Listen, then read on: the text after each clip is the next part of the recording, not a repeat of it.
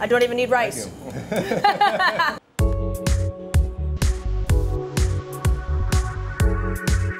Savor Filipino is the focus of what we're talking about right now with Tim Luym. How you doing? Doing good. At Savor Filipino right now, I'm helping out with a lot on the back end, the chef logistics. We know how important it is to set up the chefs with the right tools and ingredients and just resources to make them shine. It's a stage for the chefs to really display their talent and for the patrons to enjoy the fruits of that chef's labor. We want to be able to promote Filipino food to the masses, especially those that aren't Filipino.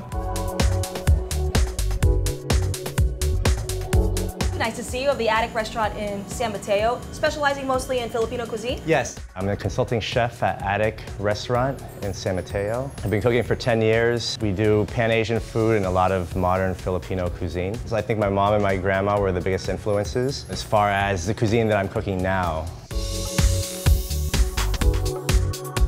So we're known for a lot of our modern Filipino food. Adobo wings, for a lot of people who don't know, I've been explaining this to people because not everyone knows what adobo is. So adobo is a stewed protein, usually pork or chicken. You could do vegetables as well. It has soy, vinegar, garlic, black pepper, and bay leaves. We batter our chicken and we fry it. And so it's a crispy adobo. I almost think of it as like adobo buffalo wings. And so you could taste the integrity of the adobo in it. And so it's a fun kind of representation. Well, you put a nice little spin on it, making adobo wings. Yeah. How many can you eat in one sitting? I think I could do about 312. Yeah.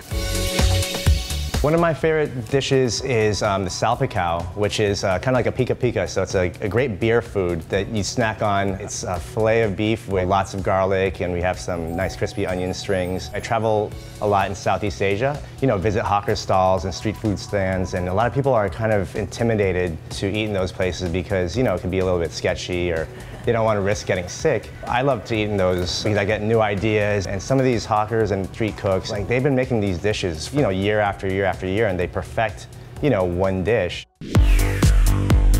All right, so Tim, what are we gonna make today? Okay, so today we're doing an Inahaw Kinilaw. So Inahaw na baboy is street food in Cebu where they grill pork belly. So Kinilaw is Filipino, I like to say, ceviche. Both dishes really go well together, and so at the restaurant here, we actually put both of them together, and it's kind of like a surf and turf. Ah, great example, like a surf and turf.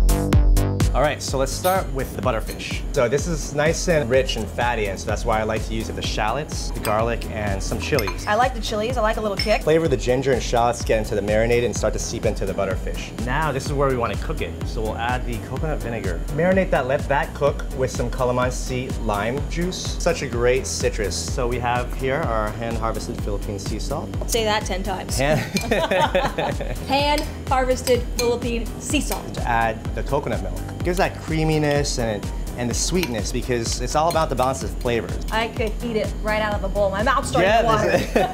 What else are you gonna add to that? Pork belly. If you're a pescatarian, you don't need to add the pork, but this is our surf and turf version. So pork belly, why not? Yum. We're gonna add the tomatoes. Okay, those are pretty. You go ahead and plate this. Cilantro, micro orchids. They taste like watermelon. They're not just here to look pretty, it actually adds to the flavor of the dish. It doesn't just look pretty, it looks edible.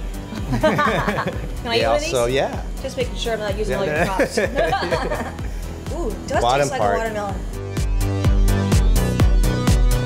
I study where the dish came from because with any art form, if you know the history, then you can move it forward. I don't want to break the integrity of what the dish is about.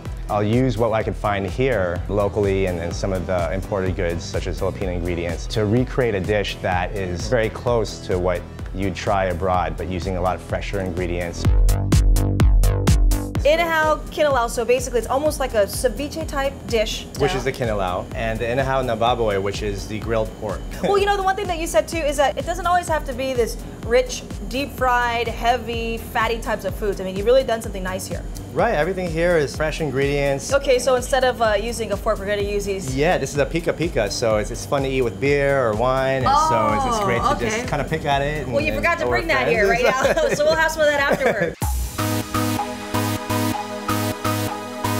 It's been great. Coming from a fine dining background, there's a lot of pieces that you can't serve, you know, offal or fish heads or collars. Or what's fun in my restaurants is that I'm able to use things like the pig head or the feet or the ears or the beef tongue.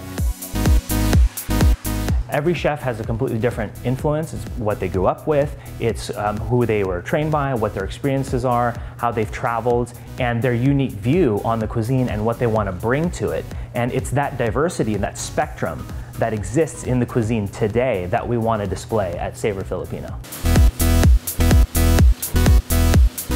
I think the main goal for this event is to have Filipino food as a household common alternative to what they want to eat for dinner. You say Chinese food, people know exactly what that is. You say Japanese food, people know exactly what that is. When you say Filipino food, people typically don't know what Filipino food is. So we want to be able to promote it. And this isn't just going to be in San Francisco, we want to promote it nationally. We want people cooking this stuff at home and sharing it with their friends. Ideally, you could walk into any Safeway and find your ingredients that are readily available that you can go home and cook with.